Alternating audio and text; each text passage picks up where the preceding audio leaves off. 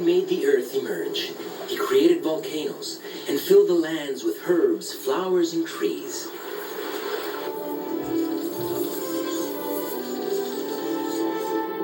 He populated the waters with many kinds of fish and other animals, such as ducks and collared parrots. And finally, he created two human beings, Adam and Eve, who had two sons, Cain and Abel. Then it happened that Cain, jealous and envious of his own brother, stained himself with a crime, killing him, and God condemned him. Later on, God was tired of the wicked actions that men committed every day and decided to send on earth the flood and to save only one man who was devoted to him, Noah. After Noah built the ark, God ordered him to first take on board a pair of every species of animal. Then he told Noah to take on board his wife Sarah, their relatives, and the few men who had helped in building the ark.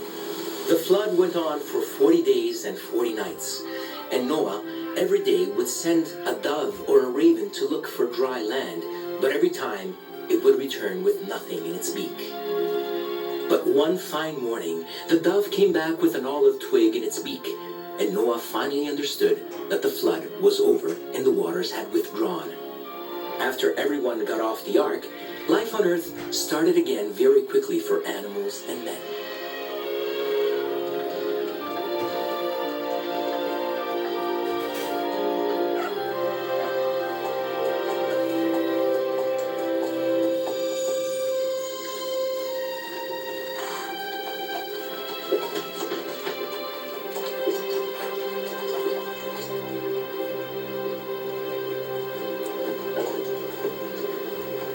Noah, Sarah, their relatives, and all of the men saved from the flood, in recognizing God's greatness and magnificence, thanked him with prayers and sacrifices.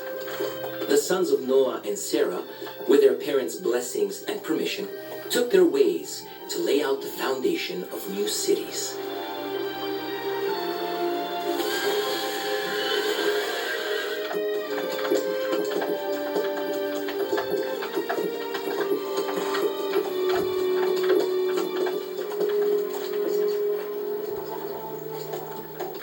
The great number of caravans which roamed far and wide looking for fertile lands had to travel many kilometers before reaching a place considered suitable for people's needs.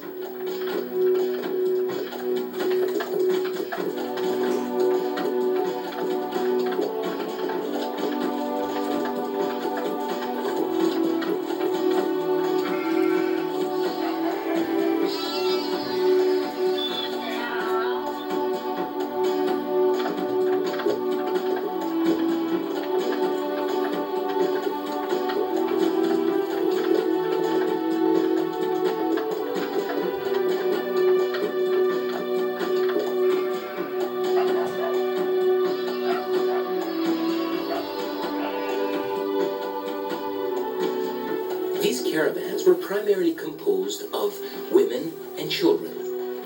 During these long trips, which could last months or even years, they had to take along all sorts of supplies, and the weight of these supplies often slowed down their trip, making it extremely uncomfortable and dangerous.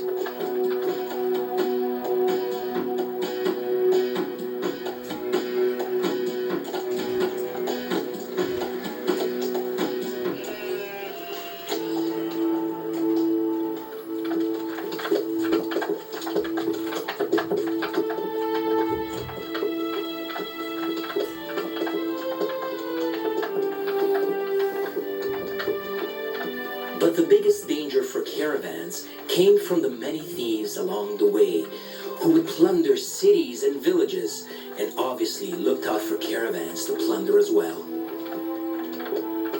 Bandits! Bandits! We won't let them get to us!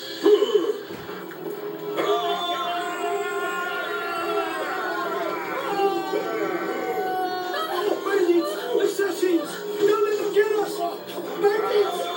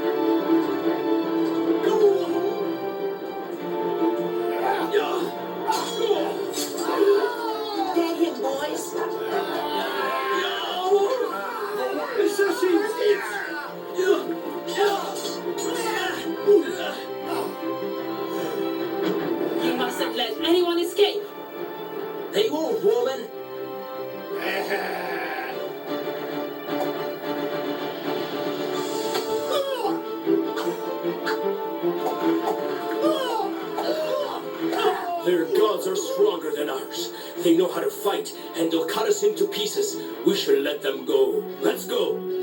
I'm your leader now. Let's get out of here.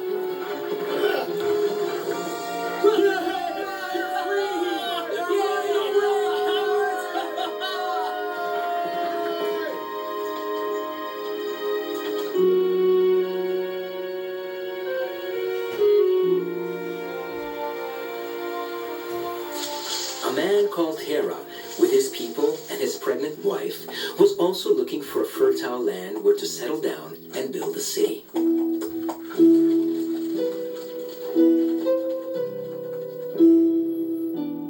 Wake up, Terah. The sky is clouded over. Where? Right ahead of you. Fantastic. Finally, we'll have as much water as we want. Anyway, it's better to climb that hill if we don't want to get our feet soaked, isn't it? So, come on, let's go. Let's go up that hill.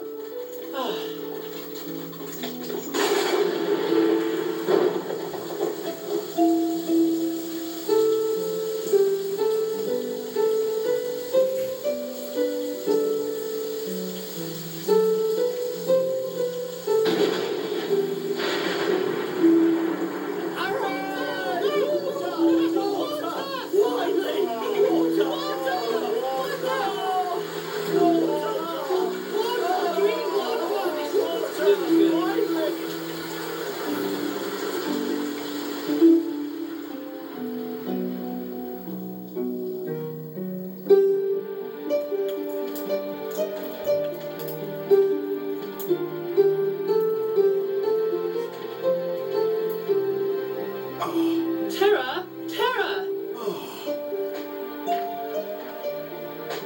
Terah. He's your son. He's a gift from your wife. Take him in your arms. Oh.